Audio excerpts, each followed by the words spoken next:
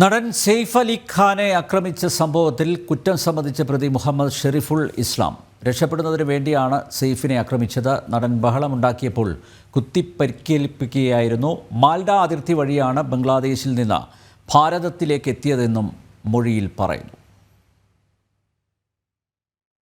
സെയ്ഫ് അലി ഖാനെ ആക്രമിച്ചത് തനിക്ക് രക്ഷപ്പെടുന്നതിന് വേണ്ടിയെന്ന മൊഴി നൽകി പിടിയിലായ പ്രതി മുഹമ്മദ് ഷെരീഫുൽ ഇസ്ലാം മാൽഡ അതിർത്തി വഴിയാണ് ബംഗ്ലാദേശിൽ നിന്ന് ഇന്ത്യയിലേക്ക് എത്തിയതെന്നും മൊഴിയിൽ പറയുന്നു. അതേസമയം മൊഴി അനുസരിച്ച് ബോക്സിംഗിലെ ലൈറ്റ് വെയ്റ്റ് വിഭാഗത്തിൽ ജില്ലാതലത്തിലും ദേശീയ തലത്തിലും പ്രതിക്ക് മത്സരിച്ച പരിചയമുണ്ടെന്ന് പോലീസ് പറയുന്നു.